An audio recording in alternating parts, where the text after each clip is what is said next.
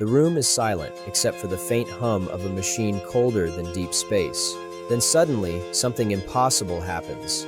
A tiny device, smaller than your fingernail, silences nearly all thermal noise around it, reducing interference by 10,000 times. For scientists, it's like discovering a way to hear a whisper in the middle of a roaring hurricane. What could this mean? A new age of quantum computing, medicine, even space exploration. But that's just one breakthrough. Right now, across labs and hidden workshops, humanity is pushing against the very edges of possibility, and the results may soon reshape your life in ways you can't yet imagine. Imagine a computer that doesn't just process data, but explores every possible solution at once. Quantum computing has promised this for decades, but there's always been one stubborn problem: heat. Even the tiniest vibrations of atoms create noise that scrambles quantum information. That's why this cryogenic device is so extraordinary.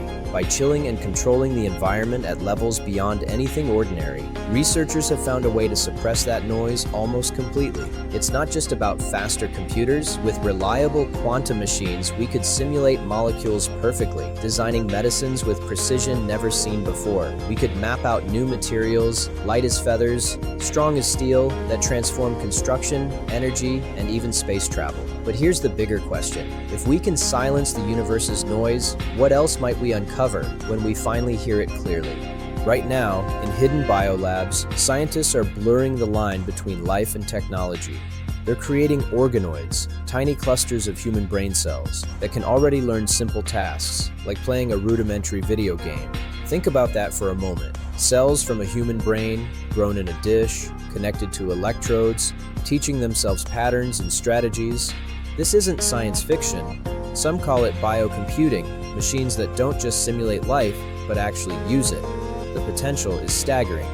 Medical breakthroughs, brain-computer interfaces, even the ability to test treatments without needing living patients. But a chilling question lurks in the background. If these organoids keep learning, how will we know when they've crossed the threshold from tool to something more? While biologists are building living machines, physicists are cracking a different code: light itself. In recent years, researchers have built metamaterials, artificial structures that bend light in unnatural ways. The result? Early versions of invisibility cloaks, not movie magic, but physics. By steering light around an object, the object effectively disappears. Today, the technology is crude, limited to certain wavelengths, small scales, or specific viewing angles. But progress is accelerating. Imagine military vehicles invisible to radar, or medical imaging devices that can peer inside the body without radiation. The leap is exciting, but it also begs a darker thought.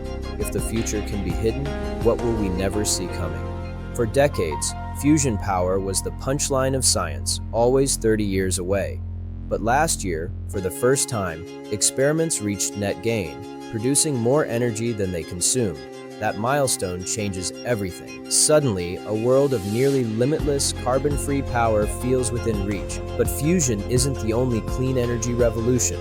Breakthroughs in solid-state batteries are shattering expectations, storing more power, charging faster, and lasting longer than anything before. Entire nations are now racing to secure this technology, knowing whoever masters it first will control the energy lifeline of the 21st century. And yet, a quiet thought lingers. If energy becomes limitless, what new struggles will emerge over who controls it? Every age has its defining tool: the plow, the printing press, the internet. Ours may be something stranger: gene editing. With CRISPR and its successors, scientists can rewrite the code of life with scalpel-like precision. Already, diseases that once doomed children at birth are being corrected before symptoms even appear. Crops are being fortified to resist climate change. Even the idea of reversing aging, slowing down the biological clock, is no longer dismissed as fantasy. But here lies the paradox. When humans gain the ability to re-engineer themselves, who decides what should be changed and what must remain untouched? The line between healing and enhancement, between survival and domination, is blurring. And one more question presses closer. What happens when these tools spread beyond the lab and into anyone's hands? While Earth reshapes itself through science, space is quietly becoming a laboratory of its own. Tiny probes the size of your palm are venturing into the cosmos, equipped with AI that can adapt without human control. 3D printers aboard space stations are fabricating tools in microgravity, and experimental drives, some using plasma, others solar sails, are rewriting how we might explore the solar system. Even stranger, quantum experiments are now being launched into orbit, testing whether entanglement, the eerie connection Einstein called spooky action at a distance, could become the backbone of unhackable communication networks across the stars. But if space itself becomes alive with these machines, we must ask, will humanity truly explore the universe, or will the universe begin exploring us? From the silence of quantum machines to the whispers of living cells, from invisibility to limitless power, from rewriting genes to unlocking the cosmos, these are not tomorrow's dreams. They are unfolding now, in real labs with real breakthroughs. Some will fail, some will stall, but others will reshape not just our technology, but our identity. We are standing at the edge of a frontier that is both exhilarating and unsettling. The tools we build today may save billions or redefine what it even means to be human. And for the first time in history, the pace of discovery is faster than our ability to imagine its consequences. The future is arriving, and it's not waiting for us to be ready.